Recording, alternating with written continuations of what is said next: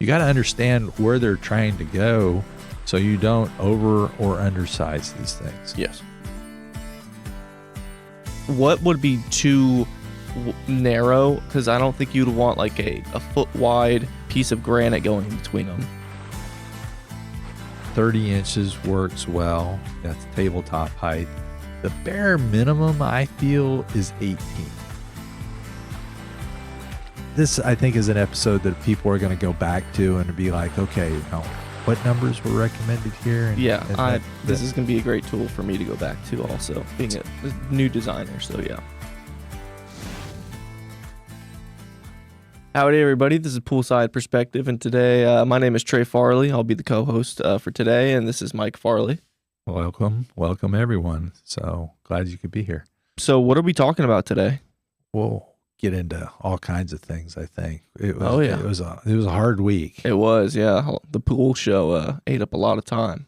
International Pool Show, third time in 25 years was here in DFW. So, yeah, it was in our backyard. So you stayed in a hotel to get there quickly, and I slept in my own bed because it's not, every time you can go to the pool show that you can sleep in your own bed. So why not? That's okay. I didn't have to deal with the sound of 15 puppies. Yeah. So or traffic. or traffic. And I was in all my 8 o'clock classes on time. Yes, you were. You taught an 8 o'clock class as well. That the very first day of when the show floor was open, yes, I was one of the lead classes that came out of the gate. So that means you have to be good to get all those people out of bed and show up for class. In fact, that's how this talk started.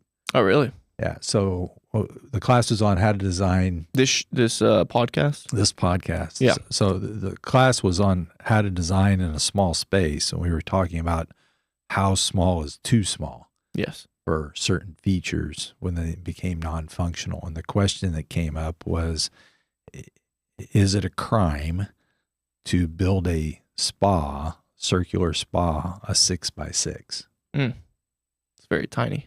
It's pretty tight. So if you think about a spa, you're going to have a bench, which is 18 inches wide. Yeah. And in this particular question, there was a bench on all the way around. And it's 18 inches wide, depth-wise, so you could sit on it.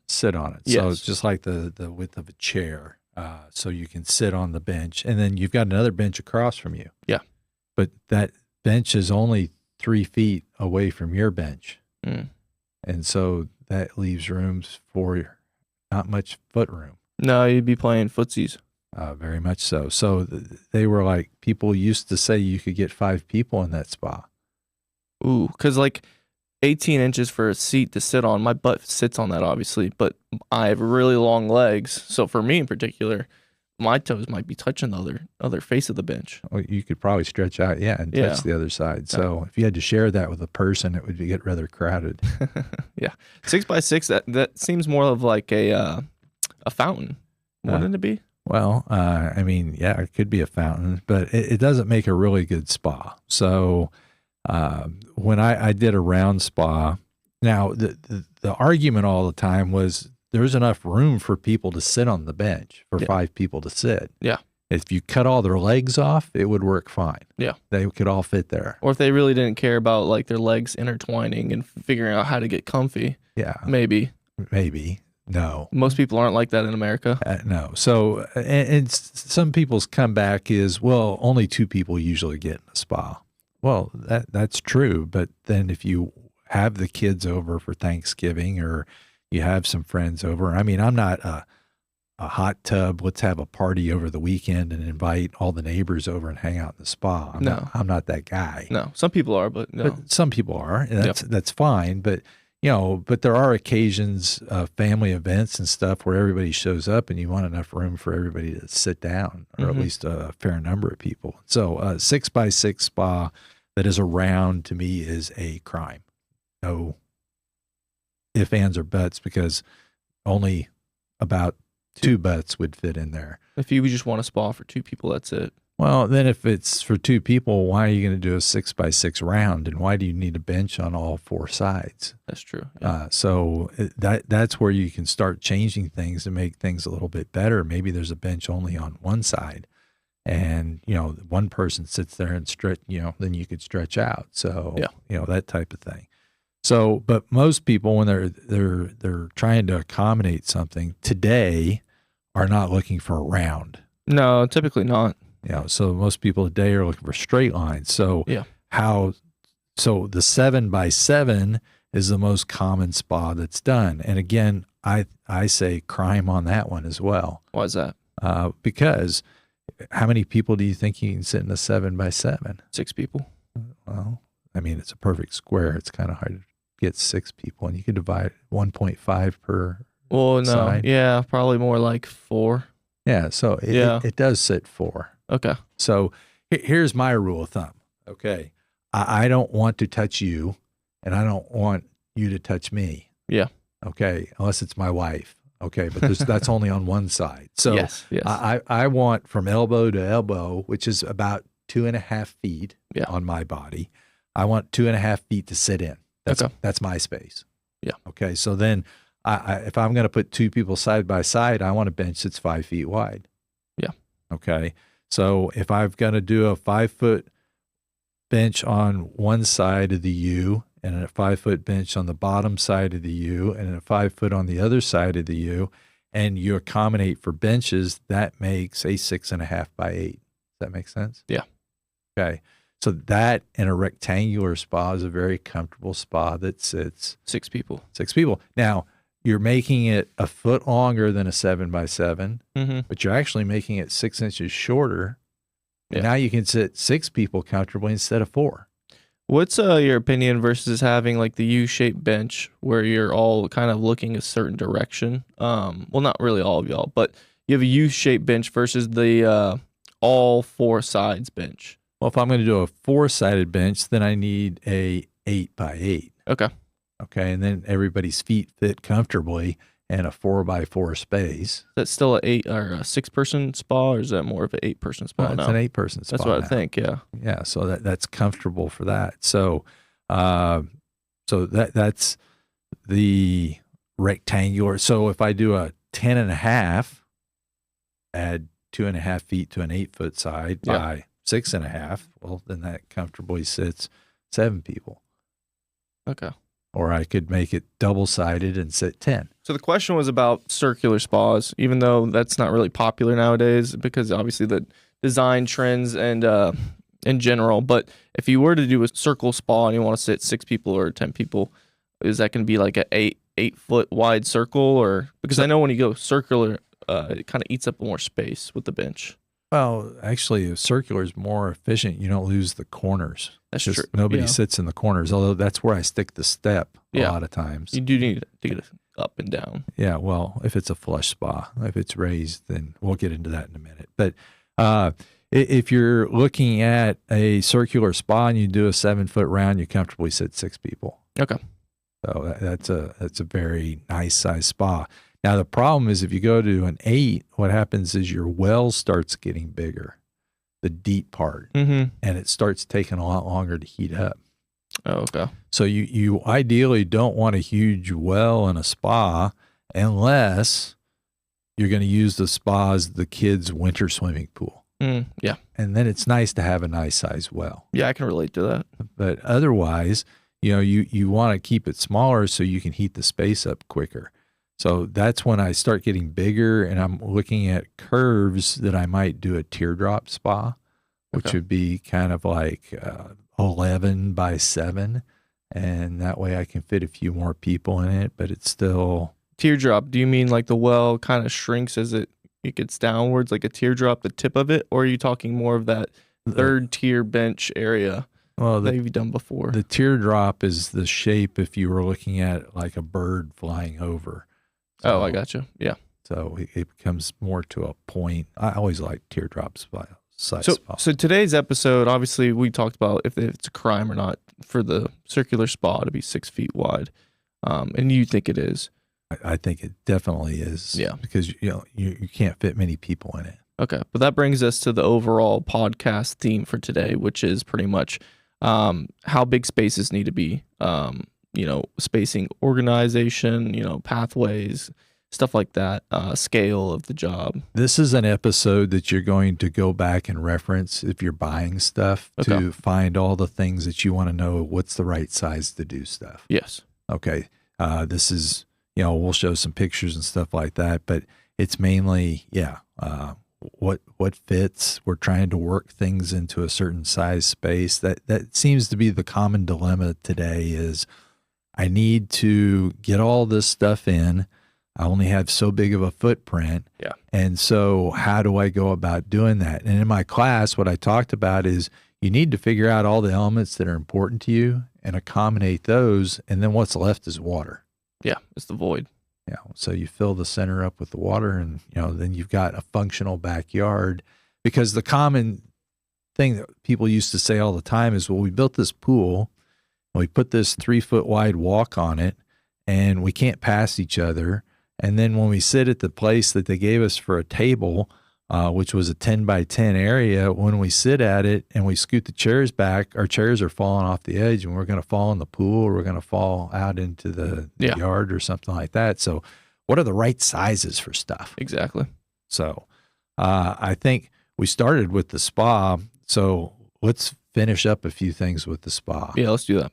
So one of the things about the spa is there a good size rectangular spa to sit 4 people? Yeah, I'd imagine so. Yeah. So one of the things we said, we wanted a bench where 2 people could sit. It was 5 feet wide. Yeah. Plus the 2 18-inch benches on both sides. So that's 8 feet. So 8 foot stays the dimension, but the width, we're just going to make it wide enough for one person to sit on both sides. Okay. So 2.5 by what, 5 feet? 2.5 for the sitting, plus the 18 inches on the bench on the other side. So that's 4. Okay. But that's a bare minimum. So a lot of times I like to stretch that. Maybe it's 4.5. Sometimes it's 5. It just depends on the envelope that I'm having to deal with from a size standpoint. Yeah. But 5 by 8's nice, but you can get by with a 4 by 8. Okay. And sit comfortably 4 people. The other thing that came into play we mentioned is there a step in the spa? Yeah.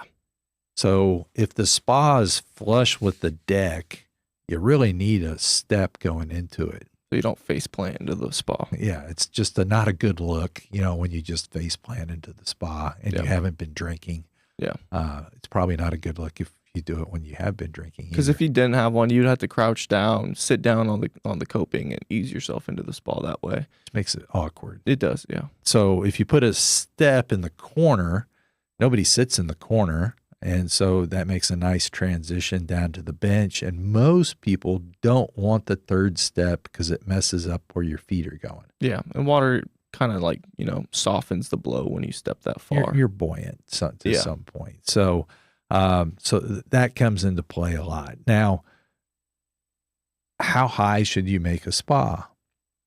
And there's a lot of arguments on this. And so we'll go through the pros and cons. So we're talking raised spa instead of flush now. Well, so the first thing is flush. Okay. So the big question that everybody has is, how does that work? I don't understand how you can make it the same level as the pool. Well, it's not. Oh, okay. Well, they think it is. It is. Well, it's close, but it's you can't have it the same level, or else the pool water is just cooling off the hot tub, and then you're just heating up everything. Right. So typically, what is it, about an inch? Yeah. It's about an inch higher. But as you look across, it looks the same. The coping height is the same all the way across. And so it gives that illusion that it is. And so some people are like, let's raise the spa 6 inches. And there's 2 advantages with a 6-inch raised spa. One is you can step up on it to then step down on the step and then step to the bench, which that's not too awkward.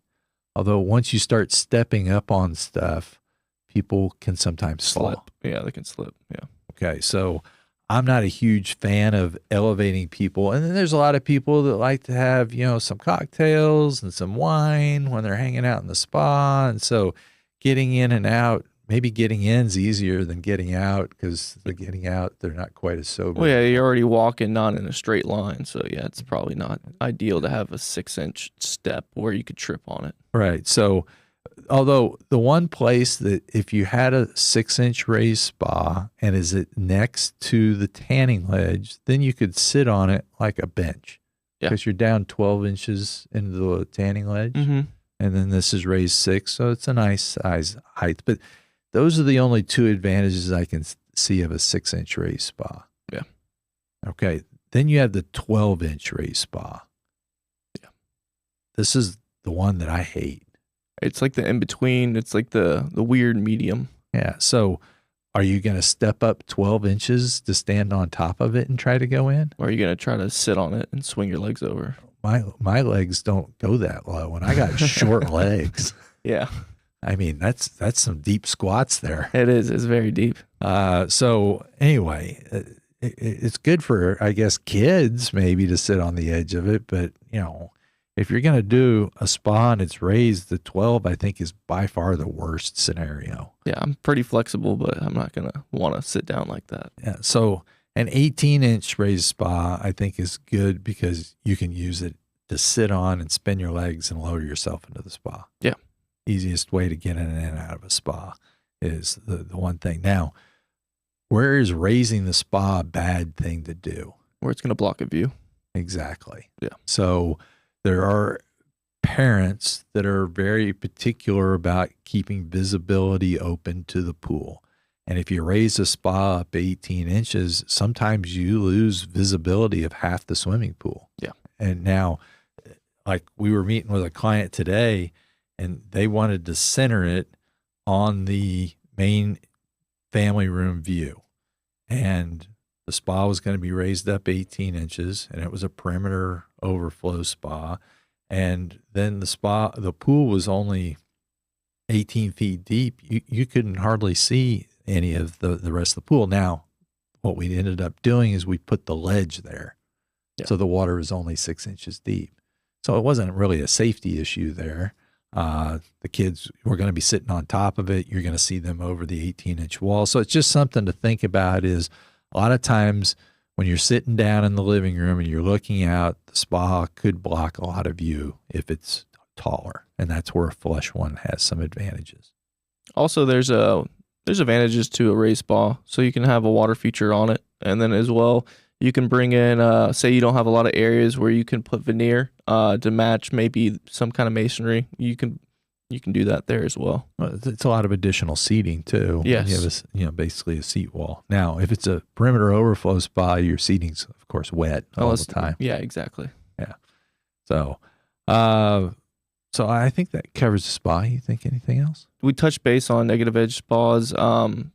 Like the whole spa being negative edge, where the water's casting off the sides of the coping, or I guess the glass or whatever the material is. But how big for a footprint? Because you're adding another 8 inches. So the trough, there's a lot of people that do different size troughs. Okay, so the big question with the trough is, are you going to try to minimize it and cantilever the decking over right up to the edge of the weir? Mm-hmm. I mean, the wall, so the water runs right into a slit right next to the deck? Or are you going to make that a water feature effect that there's a moat around the spa itself? So if you're going to do the moat aspect, there's 2 things I think you have to think about. You have to think about in-floor cleaning in that space because it's kind of hard to get a brush in there and brush that out. Very hard and annoying. Yeah. And the other thing that you want to think about is what's that going to look like at night? So are we putting lights in that space to light up that area, which a lot of people like from an aesthetic standpoint. So a lot of times it's 12 inches. That's in that space. If you get much more than 12 inches, it's hard to sit down on the edge of it.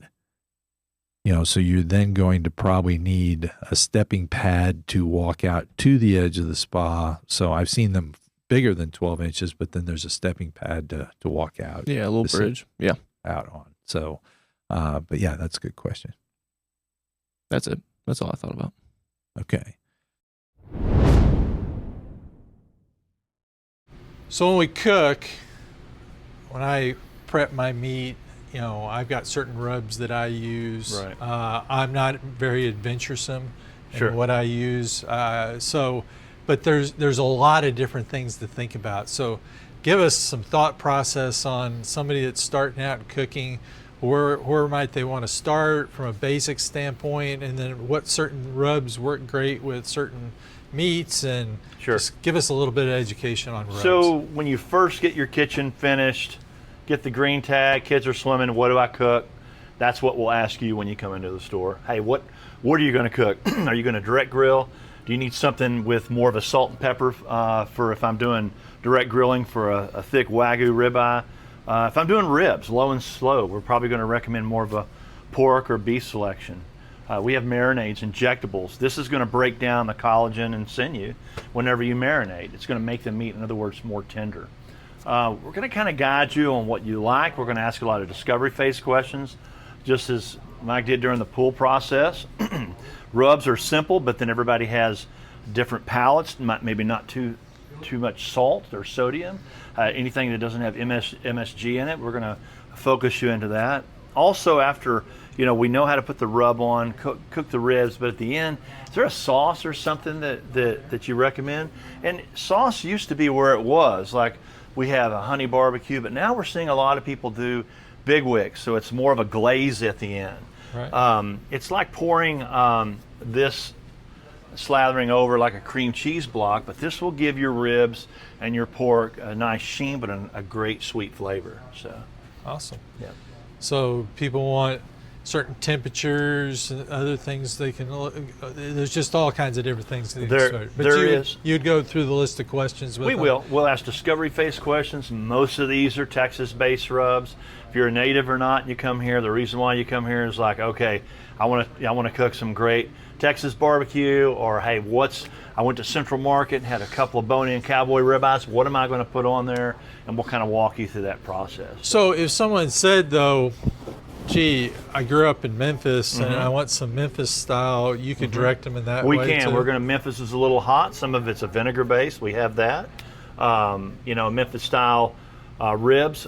We can answer all those questions. Pulled pork, absolutely. So. Okay. Awesome. Yeah. Well, bring your taste buds on down and we'll figure it all out. Yep. Right? Not to leave you real quick. You'll notice that we have a lot of the woods that are different flavors, from cherry to oak, which is Texas barbecue, but these are adjacent to, or if not right under the rub, so they complement, and we can pair the rub with the different types of flavors of wood that are below. So don't forget mesquite. Yep, mesquite and pecan. Yep. Those Texas woods. Yep. So anyway, we'll look forward to testing it all out. Yeah. So thanks. The number one thing I think I have people ask me about is, how big does my patio need to be? Yeah. And the question that I always ask is, how big a group you can entertain? Yeah. Because I need to know, is the table sit 4? Does it sit 6? Does it sit 8, 10, 12? Because those are all different dimension patios. Yeah, and you're also asking them, what kind of furniture do you envision around your pool? Because is there even a table here because you already have a table inside, or maybe there's going to be a table somewhere else? So knowing the furniture and the layout of how many people are typically going to be there is very important. Yeah. So when I look at patio space, there's usually 3 or 4 zones that we're looking at. The first place that I want to talk to them about is, okay, you have an existing porch. Mm-hmm. What's going to be in that space? Okay. And is the space big enough to accommodate what you're looking for? Because sometimes what happens is the porch is a little small, but if we just add a little bit more space outside of the porch before we change elevations or we get to water, then we can borrow that space. That can help become the walkway space. So you can still get around the furniture and everything that's in that space. So I deal with a lot of hillsides. So a lot of times we have steps immediately off the porch.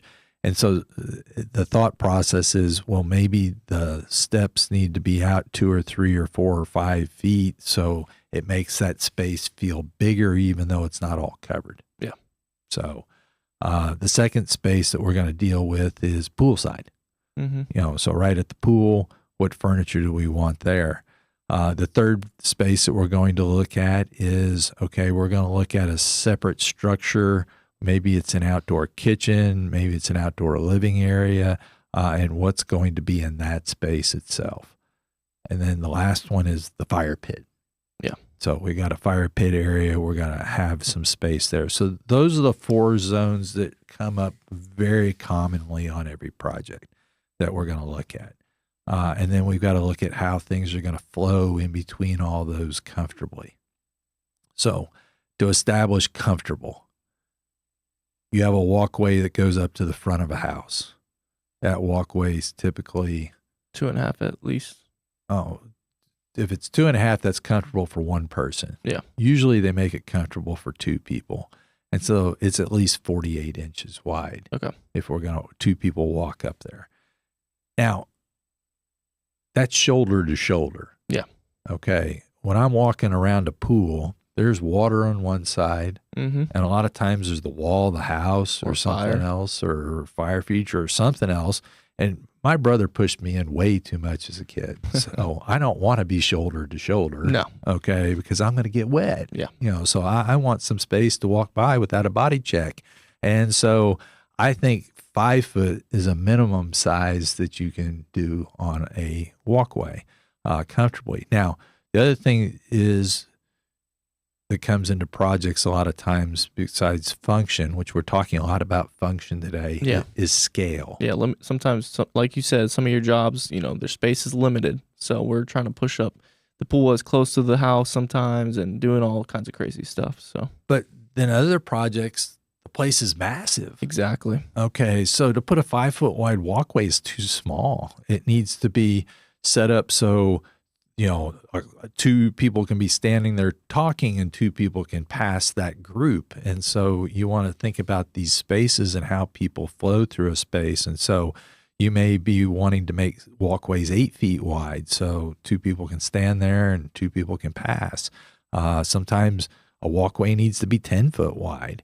And so it depends on the average gathering, because the average gathering in a backyard, It varies. yeah. Some but- people are like, it's just us. It's just the 2 spouses. And then sometimes it's like we're having youth groups over every single day of the night or every single weekend. And that could vary to like 80 people a night. Yeah. So, but most people, what's the average answer? 15 to 20? I'd say 12 to 20. 12 to 20 is average. So, a 5 foot walkway is not a bad situation for that situation. Now, when they say, oh, my average gathering is 100. Okay. Well, the criteria is changing here. Yeah, that's different. Okay. So you gotta understand where they're trying to go so you don't over or undersize these things. Yes. Now, how big is a walkway need to be before I start putting furniture on it? So most people are like, so is my walkway better if instead of 5 it's at 6? Well, I mean, I could put a chair on 6 and someone could walk by it. Yeah. But that's not real comfortable. No. So, usually if I'm going to put some furniture, if it's just a chair and people walking by, it's probably closer to 8. Yeah. But And that's just a regular chair, not like a lounger or anything like right. that. Yeah. So a lounger is 6 feet long, standard. Some loungers are a little bit bigger. Some of them are a hair smaller. It just depends on the scale of the piece of furniture that you're looking at. But if you're looking at 6 and you're looking at a minimum of 2 people passing each other, that's a minimum of 10 feet. I'd go 11, but yeah. 11 is better. Yeah. Then the other thing is, 12 gives you a little bit more room. And are you walking behind the lounger, or is the lounger the back of it? That's the cutoff of the pathway. Well, most people, the thought process is they're going to push all the lounger all the way to the back, and you're Yep. going to walk in between the two. And so, you need somewhere bare minimum of 10, but 12's better situation to be walking through there. Yeah. So we've got some lounge chairs by the pool now. So that's good. So what if we want to put a table there? I'm not sure. This is where it gets a little tricky because tables obviously have the footage of just the table itself, but then you need room to pull the chairs out, put them back in, people to go around them. So that's a little trickier. So the rule of thumb that I've seen that works real well is if I've got a 48-inch standard table, Okay. That's just a standard, garden table. 48 inches, put chairs around it. I need 4 feet for the table and 4 feet for the chairs and the walkway. Mm-hmm. So I need a minimum of 12 feet. Okay. Now, again, we want to be a little bit more comfortable, then we're going to make it 14. Okay. So we've got a nice size space that we can sit. 2 people could pass each other on one side, so that's what we're working with.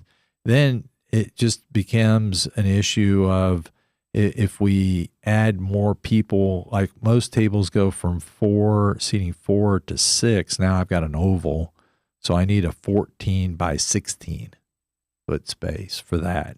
And if I add 2 more people to it, then I have to add 2 more feet. So now it's, 14 by 18, and I'm sitting 8 people. Wait, I want 10 people. I need a 14 by 20. Okay.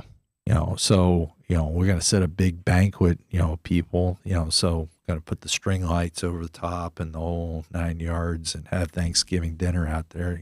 That's how much space that we're going to need. And some people want to set that piece of furniture there all the time. Some people just want to set it up so they can accommodate. So when they have a gathering, they can put 2 tables together and put a tablecloth over it, and everything works. And then some people want to put a banquet table out, like a 6 foot round. So if you do a 6 foot round, you need at least a 14 by 14. But again, 16 by 16 is a little more generous space. One thing I talk to people all the time about is, especially if we're looking at conserving space, is do we need walkways on all 4 sides? Yeah. That comes up a lot, especially on the back of the pool. Yeah. So the back of the pool, a lot of times we're going to put a feature there. So we don't need a walkway back there. And plus it'd be nice to have some landscaping to screen off the neighbor. Don't really necessarily want to look at them. So maybe we don't put a walkway on that side so we can maximize space. Yeah. So we've walked around the pool. We've got a spot for some lounge chairs. We got a spot for a table and chairs and maybe an umbrella over that. And that fits a lot of people's needs. But then some people are like, well, I need, instead of 2 lounge chairs, I need 4 lounge chairs. So instead of a 12 by 12, I need a 12 by 24 area. So those are things to think about, when you're looking at space. Now, along with that, a lot of times people want the ledge to be right by the lounge chairs that are your dry sitting on the deck. They want the ones that are sitting in the water right by it so they hang out and talk to each other. Yeah. So we can have a good... So what's your rule of thumb when it comes to ledges in the water or loungers in the water? Would you want walkways on all sides? So pretty much say you have 2 ledge loungers in the pool, would you want it so you can walk in the middle between them and then also on each side on the ledge itself, or how would you do that? Well, it depends on the space that I've got. So it's nice to have space to be able to walk on all 3 sides. If I've got 2 loungers, ledge loungers sitting in the pool, it'd be nice to be able to swing out either way or into the middle. Yeah. Now in the middle, it's very common that we're going to have a bubbler. Yes. Okay. We're going to have an umbrella sleeve, and we may have a table. Yeah. And so all those things may be in the middle in between these 2 lounge chairs. So you're going to want to be able to get out either side because it's kind of crowded in the middle. Yeah. And you don't, I would assume you wouldn't want the ledge lounger overhanging the pool. So that way it's like in your kind of walkway. Does that make sense? You kind of want the whole lounger to be in the water. Right. So the footprint of that ledge lounger is less than 6 feet. Yes. But as your point, it's going to hang over into my deck. Yeah. And you could hit it when you're walking by. Now I can't walk by because my ledge lounger is taking up that space. Exactly. So 6 feet to me is the minimum that you want for a lounger. Now, it's really nice if you've got 10. Yes. Because now you can walk behind them all in the water and go sit in your particular chair, not having to step up, step down, step up, step down to go over a couple of chairs or something like that. Or you have to step into the pool. Now I'm down. Now I've got to hop back up. So 10 foot's really nice. And we, in larger projects, when we have the space to do that, we're almost always going to make it at least 10 feet. And in that space next to it, a lot of times I'm a big fan of putting a bench there next to the ledge, because people like to hang out and talk to the people that are on the ledge that are sitting in the pool. The other thing is, I call this the grandparent station, because you can sit there and block the toddler from going off the ledge into the pool. Mm-hmm.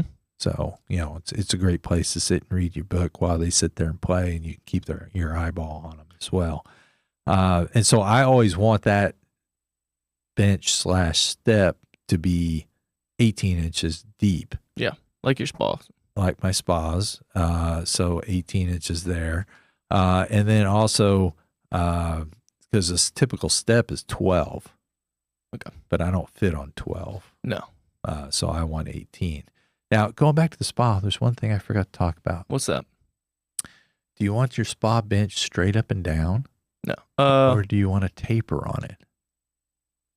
I probably wanted a taper on it.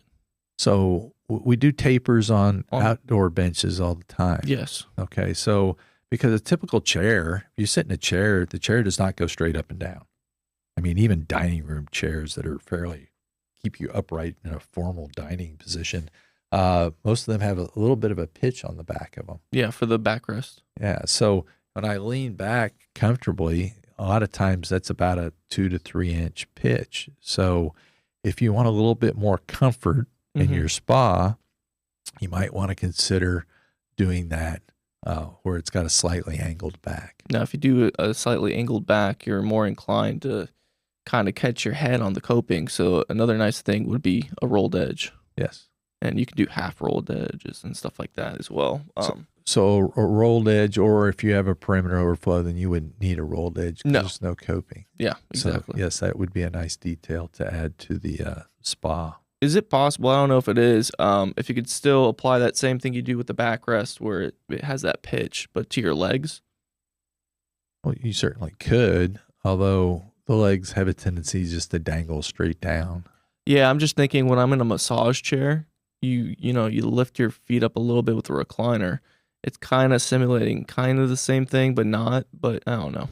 That's something to think about. Okay. I haven't done that. No. So, but going back to the ledge, though, one thing I can speak from experience, because I remember the first time there was a big ledge and I was a kid, we played King of the Hill, and there wasn't a bench in front of it. And so we were throwing each other off, and whoever could stay on top was the winner, which resulted in us doing a lot of behavior that could have got us hurt.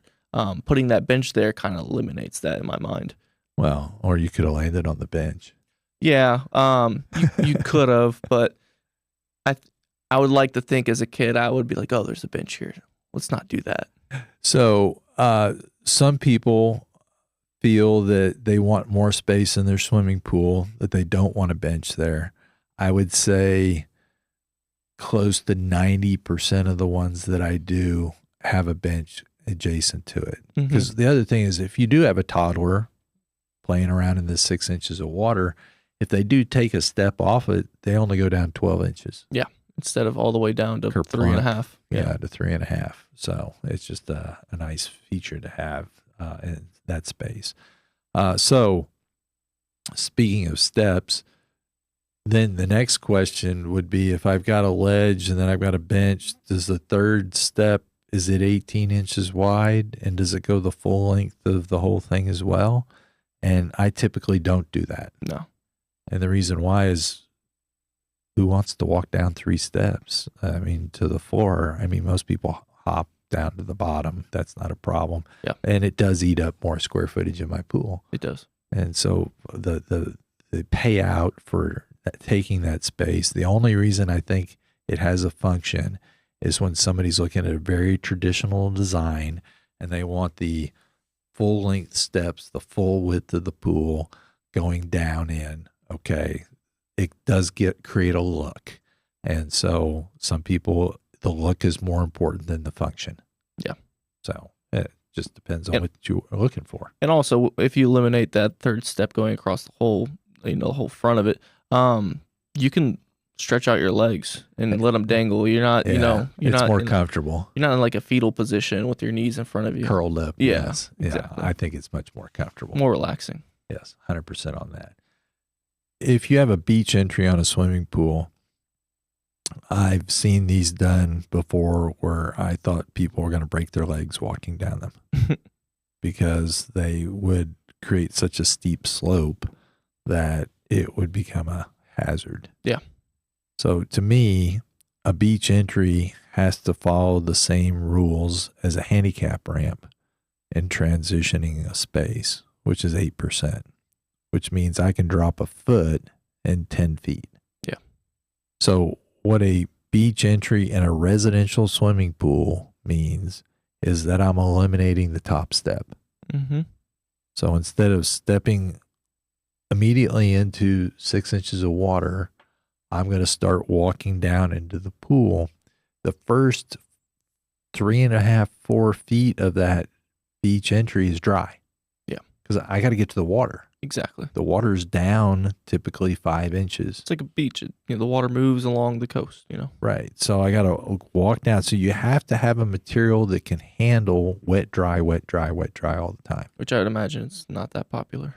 Which you have two materials that work well there. You can use tile, you can use stone. Yeah. Okay. So and everybody's different on what they choose to do on that particular transition. But so as we transition down to the edge, it's 6 inches of water. So I don't do a lot of beach entries because they eat up a lot of space. They do.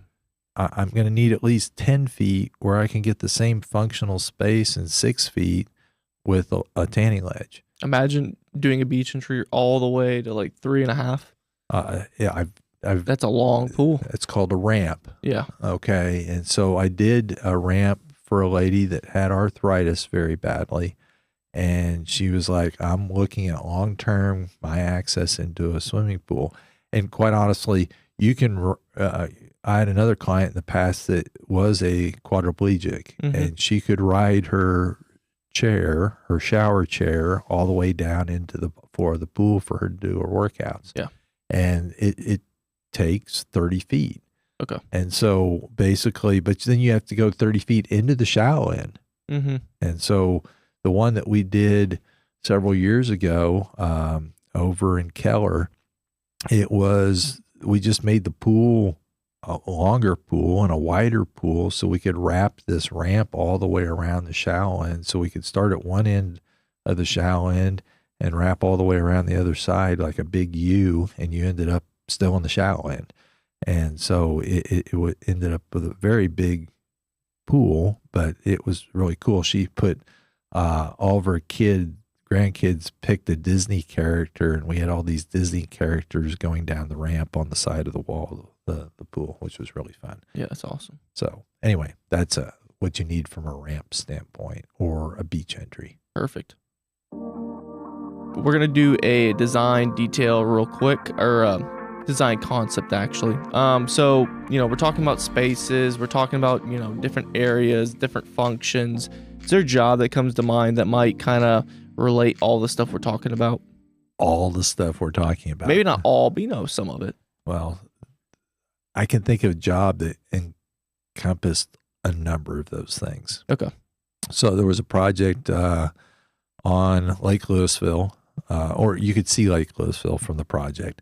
And it was a hillside that they wanted to incorporate a lot of issues in. So the end result, we came in and built, dropped down 24 inches to the initial pool level from the porch. They had a massive screened porch that they basically ran heaters and air conditioners on and stayed out there 365. I mean, they lived outside.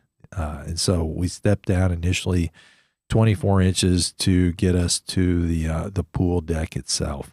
So what that created was there was a terrace that you came off of that was level, which took you to the top of the spa. And so it was flush with that terrace. But if you walked down the steps, then the spa was raised 24 inches above the swimming pool. And so that was a nice feature.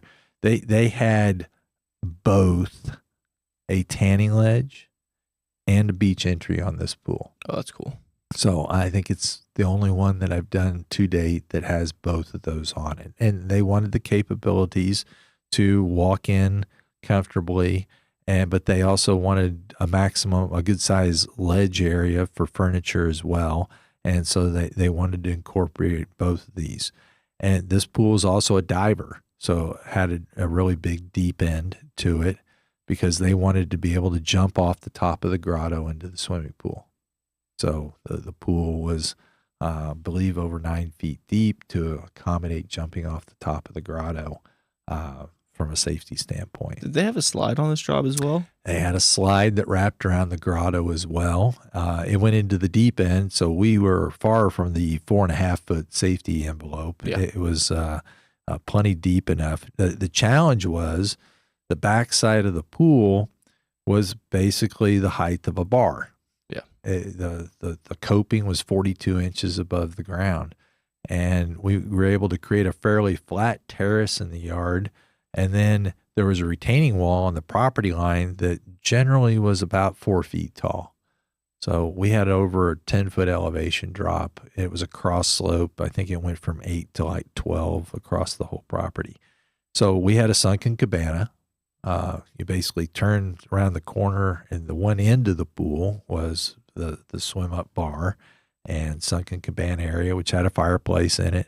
And the uphill side was the outdoor kitchen area, but they already had a full outdoor kitchen.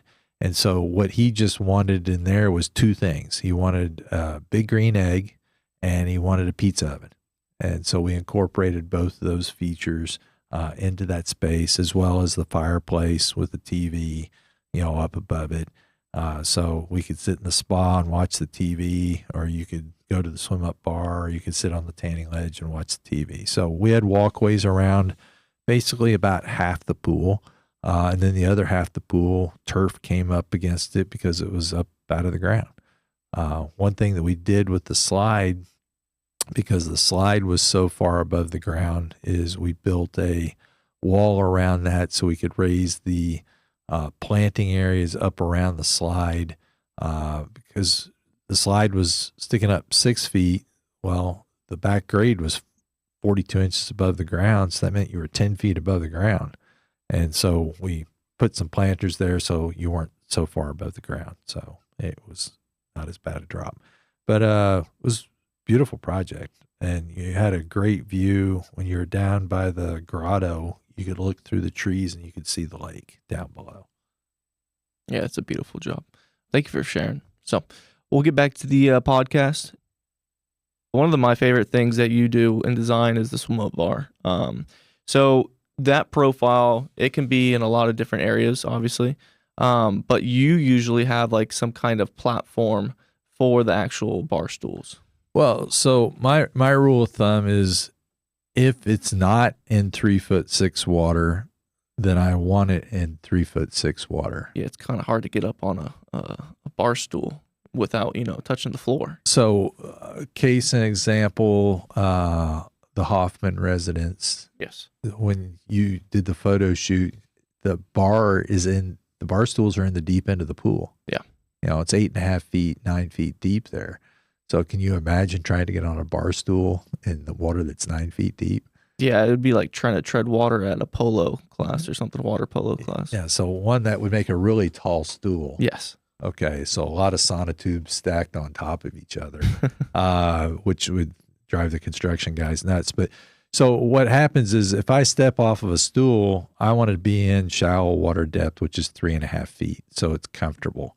And so people standing there also, basically, if people are sitting there, they're basically eye to eye type situation. So I have a tendency, and the other thing is I definitely don't want them to be on different elevations. No. That makes it really awkward. And so I'll build a platform that the bar stools sit on that is 3.5 feet all the way across. What's also nice about that, which I really haven't mentioned before, is if you're standing there next to the bar stool, you can lean up against it, and you can talk to people like normal. Yes, exactly. Which is a nice part. So yeah. You don't have to just be sitting on the bar stool. Right. So it makes a comfortable place for people to gather, Mm-hmm. which then makes an issue on how far do you want between bar stools. Yeah. So I look at, I want at least 2 feet in between bar stools. 30 inches is even better. So when somebody's sitting, someone can actually walk up in between the two of them and sit and talk. So 30 inches is a nice space for that to fall into. I could speak from experience. When I went to Cabo, they had a swim up bar, and it had as many as they could have, pretty much for customer based reasons. And it was probably maybe a foot apart, and it was like rubbing up against somebody. It was really awkward getting in and out, and so yeah. Yeah, that would be awkward, especially if it's not my wife. So anyway, Yeah, some random stranger at a random resort. No, thank you. I wouldn't want them rubbing on me either. So typically when we do a swim up bar, what's going to happen is the space on the other side of it is going to be recessed into the ground. Yeah. Okay. So ideal is that person is sitting in a space that's at least 36 inches down.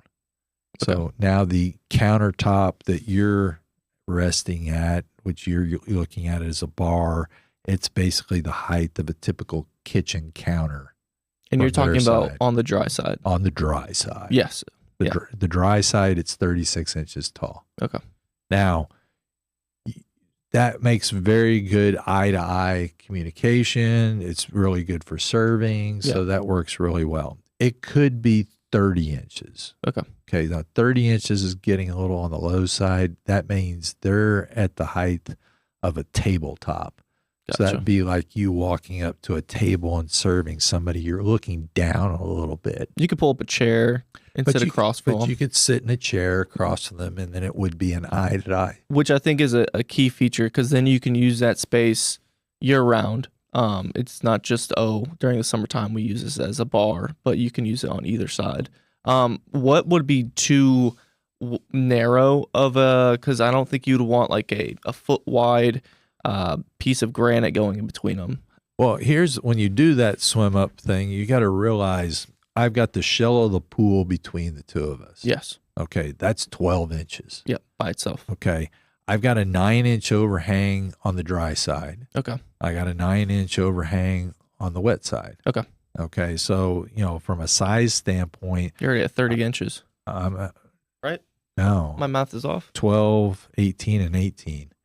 So I was thinking 9 and 9 and okay, 12. So it's 4 feet. Okay. That's 48 inches across there, which is a typical tabletop. Okay. Okay, so that's what you've got here taking place. Did I just do that right? 9, 9, 18. No, I didn't do that 9, right. 9, 12 is what I was So going that's off of. 30 inches. Yeah. 30 inches, not 48. Okay. Well, that's if your shell is, a foot wide. Sometimes it's a little wider. So what's going to happen, it's going to be a little bit wider because I'm going to put veneer on the side of that shell in the sunken area. So yes, that I have to accommodate as well. So it's typically 18 and 18, 36, 3 feet. So Now, do you want to overhang? Of course you want an overhang. Okay, exactly. Yeah. Okay, so my knees don't bang up real well against the shell of the pool on either side. Yeah. So I definitely want at least a 9-inch overhang. Yeah. Minimum. So now we've got the swim up bar.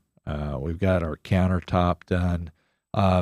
Okay, so people have asked me, well, you said 36 is great. You can work with 42 also. That's bar height, although that's putting you a little bit lower on the dry side. 30 inches works well. That's tabletop height.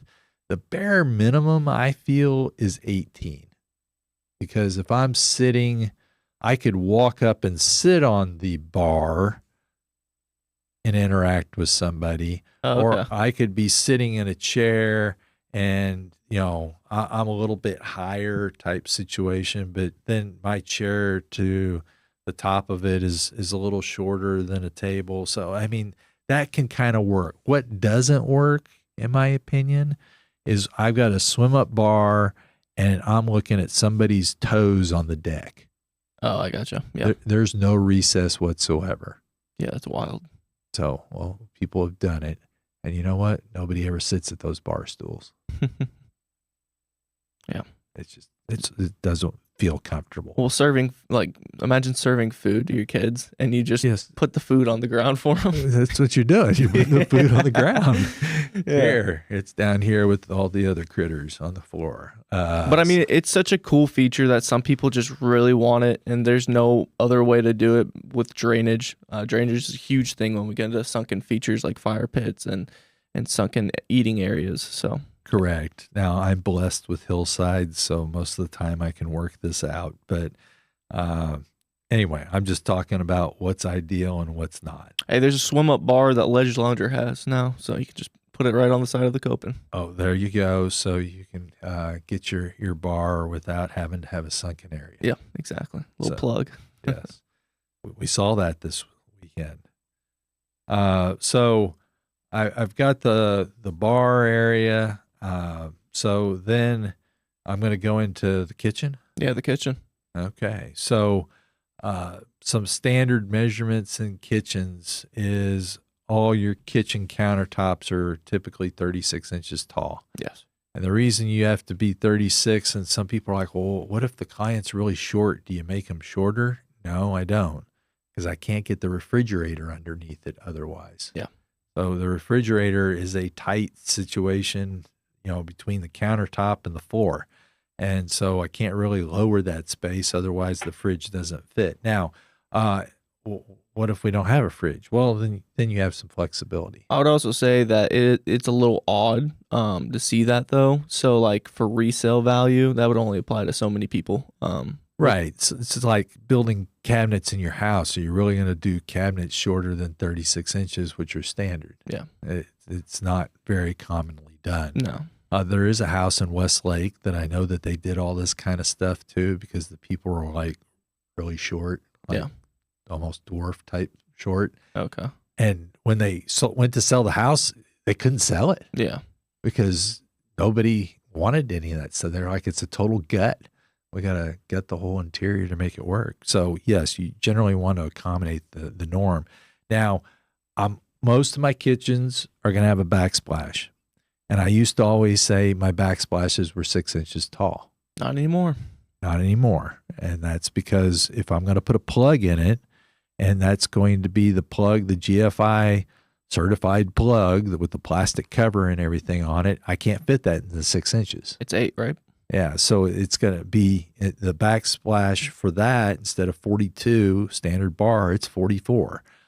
So it's really important, because I did have a client that was not real tall, and 42 to him was stretching it. And then when we built 44, he was pretty nuts about it, which I get it, because I told him it was 42. Yeah. But they had changed the code on the plugs, and so I didn't realize that. So most of your counters are going to be 30 inches deep plus the backsplash. So at 36 How wide is that backsplash typically?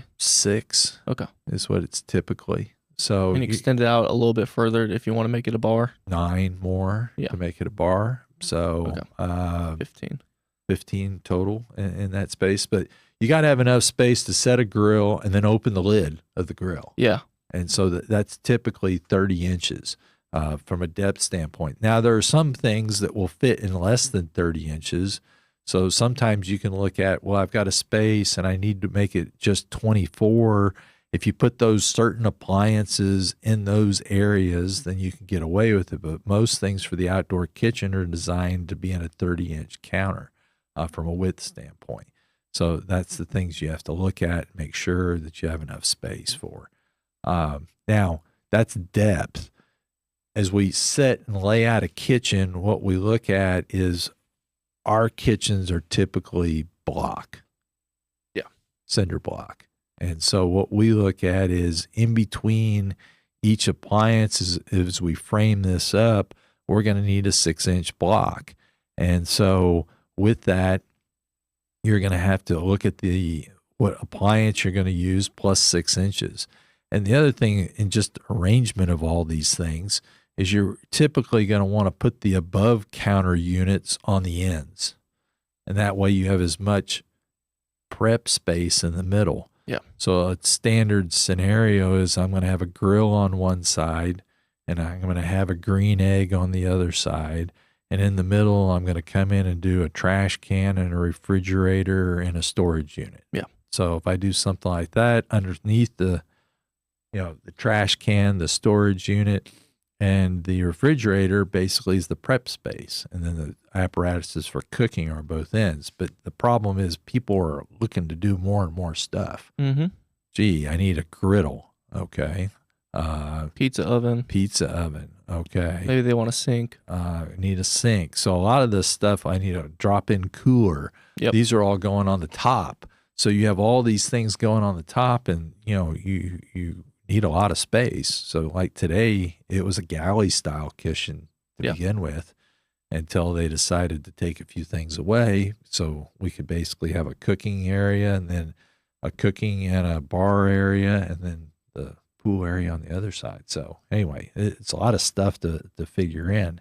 But an island is a nice feature if you have enough room in the kitchen to do that people can sit around or cook on one side and sit on the other side. So those are nice things to do as well. I'm curious, when it comes to kitchens, typically people want them to be covered. There's some that aren't. But if you do get a covered structure, how much do you want that roof to be overhanging everything underneath? What's a good footprint for just keeping that place more dry?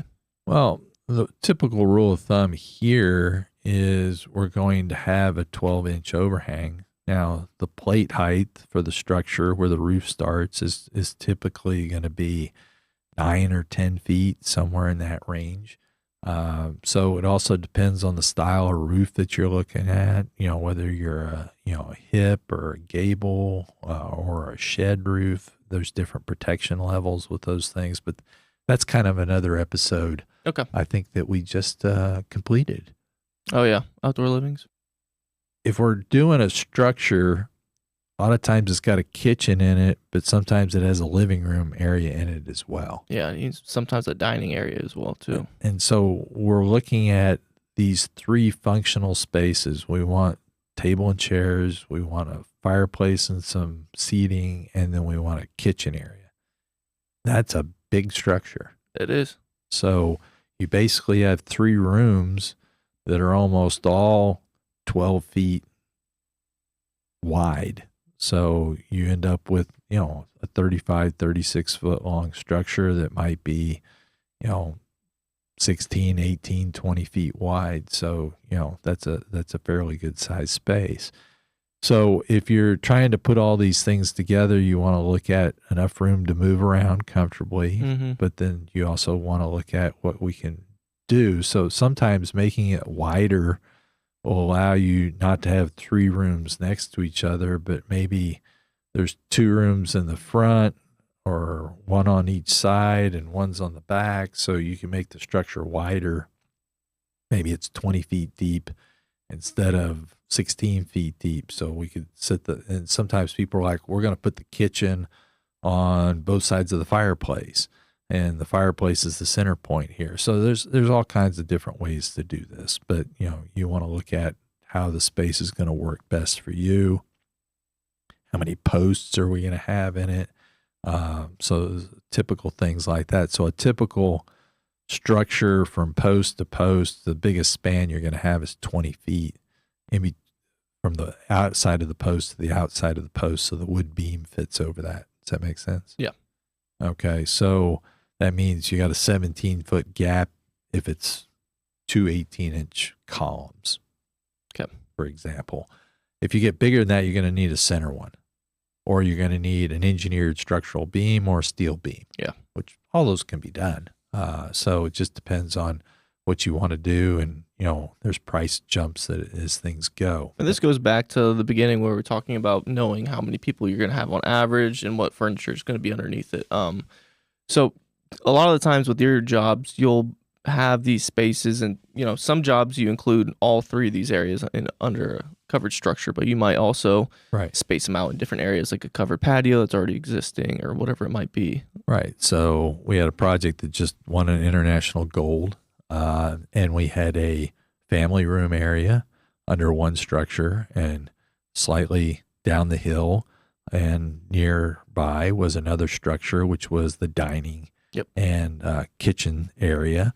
And the dining area was set up for 16 people, 16 or maybe it was 20.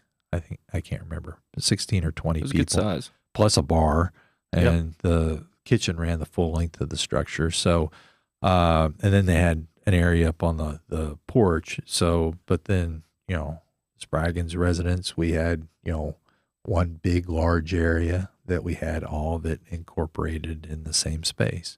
So, for example, though, on that particular project, it came down to the fireplace. Okay.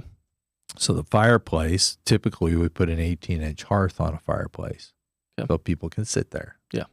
And then we need a couple of feet from the hearth to the first piece of furniture, which usually there's chairs flanking both sides, coffee table in the middle, and then we have a couch. So that the depth of that space is typically at least 8.5 feet.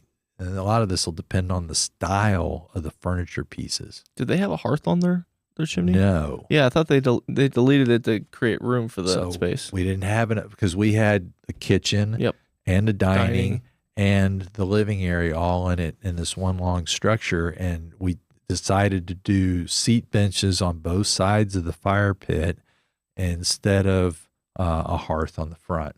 And so we did that to save 18 inches. I think that's probably the smallest profile, footprint I've seen all three of those integrated in.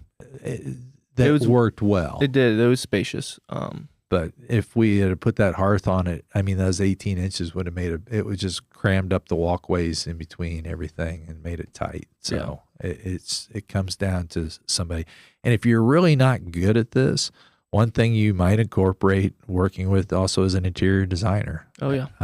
They're very good at space planning, although a lot of people in the outdoor living industry are really good at this as well. So, but it's just you want to make sure that you've got enough space because it's not something you can okay, let's go get another one next year. These spaces are going to be there for a long time. Mm-hmm. Yeah, so our 4 zones we talked about initially, the fire pit was the 4th. And the fire pit, there's a couple of veins of thought with fire pits. So thought number one is this is a destination somewhere else. It's kind of out away. We want to get away from everything else. And so we're just going to have a fire pit area out in space. And the typical fire pit is 5 foot around. Yeah. Okay. So that's outside to outside. Now that fire pit's going to comfortably sit probably 8 people around. So if you're like, no, we want to set the fire pit up for, 15, 16 people, then you probably want a bigger fire pit. Yeah. So one of the cool ones we did recently was the fire pit there in Denton on the Morris residence. Yeah. And they did a really cool Corton steel one, and what they did was a layer of gravel in between the fire ring and the outer steel so it didn't heat up. But that was a lot bigger ring than a standard situation. But then you were able to put more chairs around it. Was that fire by design or? No, that was fire by Joey. Okay. Nice. Custom. Yes, it was a custom situation. So the rule of thumb that I look at with fire pits is my standard fire pit out of the box is a 17 by 17 space. Okay. Here's the thought process behind it. Yeah. I got the 5 foot fire pit, okay, which typically is always raised 12 inches. Yes. I don't like an 18-inch raised fire pit.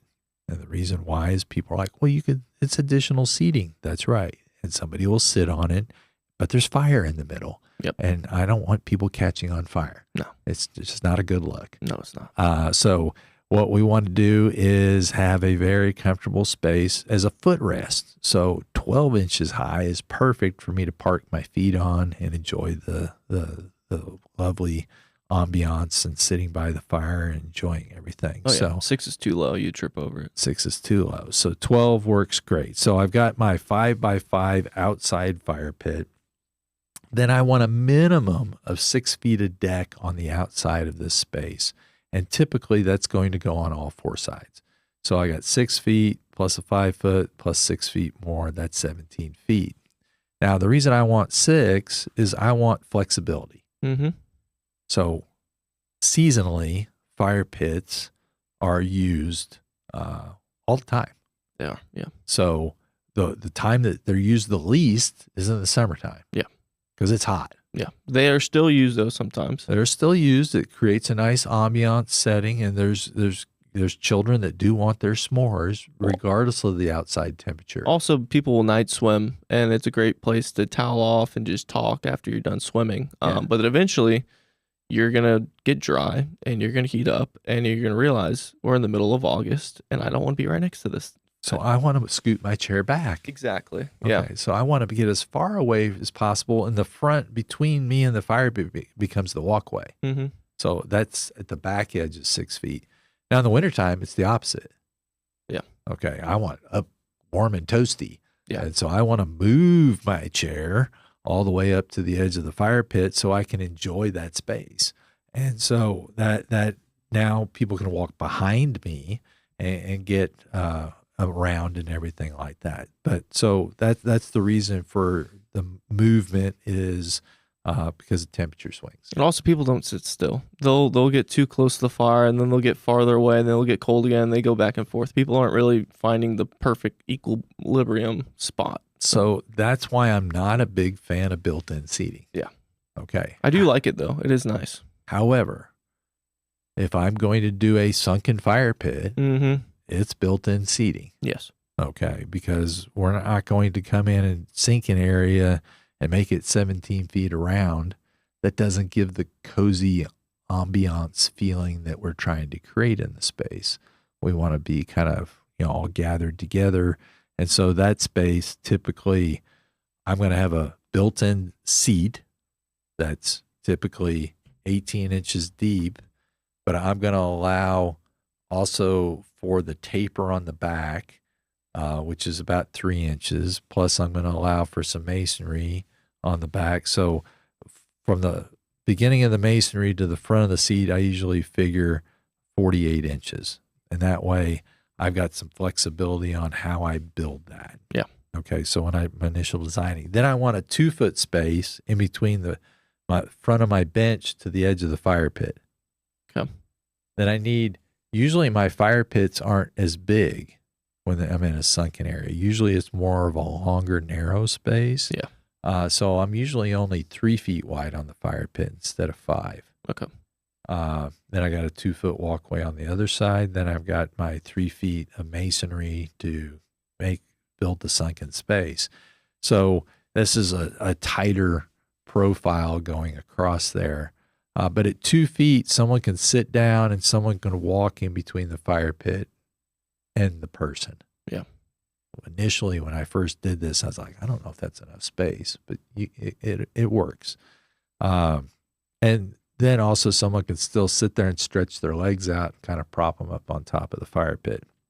So that's typically the fire pit scenario that we work with. Now, a couple other things you may want to think about is when we're doing a water feature. Mm-hmm. Okay, but if we're doing a water wall. Yeah. When you do a water walls don't go straight up and down either. No, you need a taper so that the water can grip to it. Right, so it can cascade down the face of that wall. Creates So a better noise. it depends a lot on the material that you're using, but when you think of layouts and sizes and spaces, that's something to think about as you look at. Now, another specialized feature is a vanishing edge basin. Yes. So the vanishing edge basin, this is one of the things I see that's done wrong all the time, is they don't allow for the surge in the pool. Mm-hmm. And so example, we do a pool, what we're looking at is a finished material, not a Pebble Tech or Diamond Bright or Hydrazo or whatever. We're going to drop that down 4 rows of tile before we start that finish. Yep. Because the first 12 inches we're leaving for surge. Someone's going to get a bunch of people in the pool. It's going to rain. The water level is going to come up in this basin. Yep. And so we can't have the water all the way at the top. No. Okay. So we have to have the down. And then you're going to turn everything on. You may pull the water down in the basin. Yeah. And so again, we don't want to be having water Too low. And so that's why we typically have 4 rows of tile inside a vanishing edge basin. And make sure you install an overflow crate on that as well. Yes, certainly. Don't want the water spilling straight out of the basin. Yeah. Another water feature size that came up. This is people all the time are like, well, I want a cave. Mm-hmm. And I'm like, okay. To me, a cave you swim into. Yeah. You're thinking of a grotto? Or is that what they want? It's a lot of times what they want. Yeah, but they call it a cave. But they call it a cave. So to me, the difference between a grotto and a cave is a grotto is where 2 people are going to sit underneath a waterfall. Yes. Okay, shoulder to shoulder. It's got to be a minimum of 5 feet wide. 6 is a little bit better. But if you get much bigger than that, it becomes challenging with the span of the rock that you're going to use on the top of this. 'Cause typically, you just want one big slab on top. Right. So that works ideal without, depending on what you're going to use, or you're going to have to get into some structure up there. And then if you use a structure up there like gunite or concrete, what are you going to put on the face of it that matches the rest of this organic material? So a slab works ideal. But you don't want to get it too big across. Now, the thicker your slab becomes, the more structurally sound it becomes. Mm-hmm. So you can get bigger slabs, but they're going to get thicker and thicker. And now we're talking about setting them with cranes and stuff like that. Yeah. So, I mean, it's totally possible. But a grotto typically, I'm going to say, is 5 feet wide. And typically, I like to make them a little bit deeper than 18 inches because I don't want the water hitting on my nose as it goes off the waterfall. And also, depending on what you're using as a roof, sometimes the water will grip the bottom of it a little bit and come back. So, it's nice that this is, maybe instead of 18, it's minimum 24, but, sometimes 36 is even better. I think the height is the one that people miss on a lot, because, depending on the customer. So one of the things is people want to make grottos too tall. Yeah. Okay, so the grotto height above the pool deck is usually about 30 inches because then it's comfortable. I'm sitting in the water. You got to realize I'm down 2 feet in the water. Already. Okay, already. Yeah. So 30 inches higher, I mean, I'm going to reach up and barely be able to touch that. Yeah.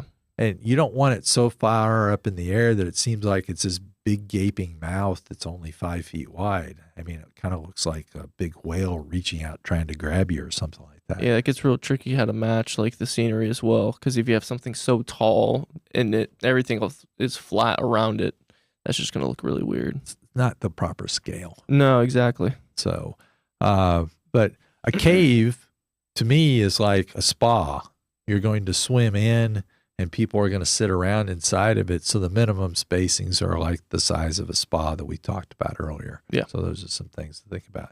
Another thing from a size standpoint, climbing walls came up with somebody. Yep. We did a whole episode on this. So on episode 42, we talked about climbing walls. It's really good information that you may want to check out. So we're not going to recap that again. No. Here. What about maybe like water slides or diving boards?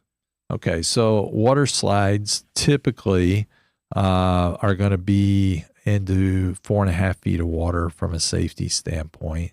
They do have a safety glide path envelope. And off the top of my head, I do not recall. I believe it's 6 by 12 space for a glide envelope, but we may check that here in a minute. But diving boards are a definite safety situation and require certain safety sizes depending on the type of board that you're going to use. So when I was doing a lot of diving boards, and I still do a fair amount of them, I used a typical 6-foot board, and using a diving board, you needed a type 2 envelope to do that board. And that envelope was 15 feet wide. That envelope, I believe, is 32 feet long. And that envelope is 8 feet deep. And you have this safety profile. It's kind of like a pear-shaped, going out into the pool where you can't have any benches or steps. So when you say it's 15 feet wide, you have to have an exit in the deep end. So that means it's at least 16 and a half feet wide to have the bench and to have the safety envelope. Now, there is a type 1 envelope, which is smaller, but it doesn't put the board that most people are looking for into play. And so that you want to make sure you understand exactly what you're getting if someone's suggesting a type 1 type envelope. And then you have type 3 and 4 and 5s, and these have to do with bigger boards and, higher heights and things like that. So this diving board is set on a standard deck height, not an elevated platform, but standard deck. So anyway, that works for most people. Cool. So those are some safety things for slides and diving boards. Yeah, so I found this on the web. It says for water depth safety envelope for a slide, a minimum depth of 3 feet directly beneath the slide's exit, increasing to 4.5 feet at a point, 4.5 feet from the pool wall. This 4.5 foot depth should extend for at least 9 feet along the slide center line.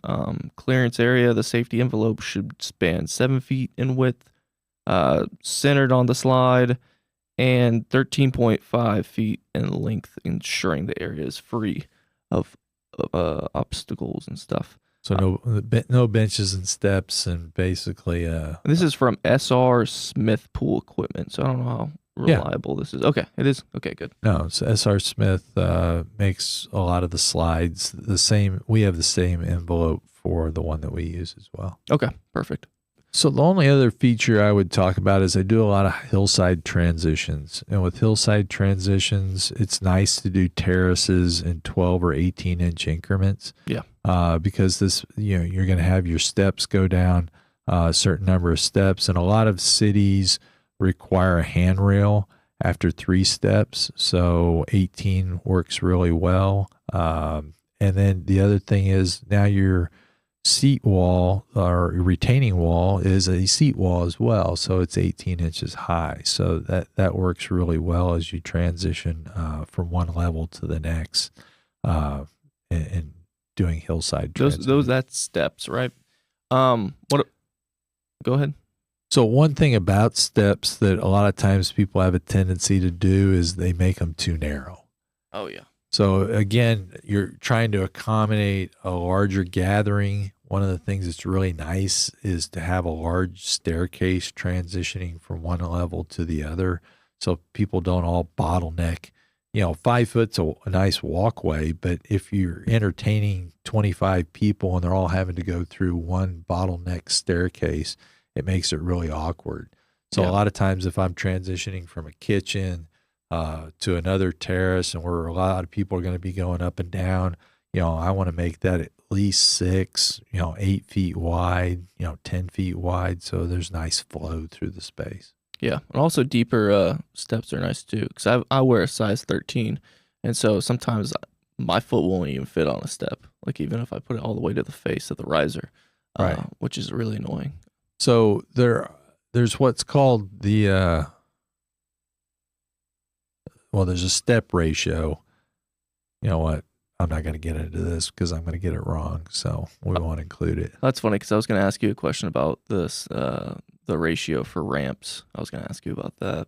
Oh, okay. Well, we can talk about that. Because that's transitioning as well. Some people might want to do a ramp, but then not realize that you need so much space, which happened on a job actually. So what you need is, if you're transitioning with a ramp from one level to the next, my feeling is that you want to use an 8% slope as a maximum slope. And so this is what the recommendation is for public spaces. is the maximum, is an 8%. But to do it in a private space, I think is the best solution as well. Yeah. So back in the pool, a lot of people ask, can I do a lazy river? Yeah. And so what we look at with lazy rivers is we want at least 6 feet wide space for a river. And then you're going to have 6 feet going the other way. And then you've got to have something in the middle to create the lanes. So, you know, a lot of times that's the island. And so people want the island to function as something.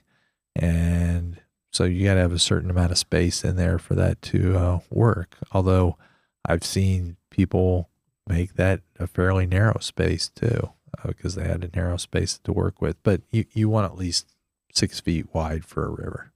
So we're talking like 20 feet wide circle minimum. Well, no, if you have a 6 foot and then a 6 foot, I mean, that's 12. Yeah. I mean, if you have 8 feet in the center, I mean, that's a good size space. Yeah, that would be nice. If you start getting anything narrower than, I guess, 5 feet, now you're in less than a walkway. Well, yeah, you can't even put a lounger on a 5 feet. Right. So, but yeah, that would get into creative river design. You probably wouldn't use the island for anything. It'd probably be more, I mean, I've seen people just put turf there. flower pit. People just do some flowers in there. So, I mean, it can be a fairly narrow space. But yeah, 20 feet's not out of line at all. Okay. That's cool. I think if you listen to the end of this episode, you've got a high pain tolerance for numbers. Yeah, you got a lot of information. This is probably one of those that you could probably easily lose your place or lose your train of thought. Maybe you're daydreaming a little bit, but we do appreciate it if you made it to the end.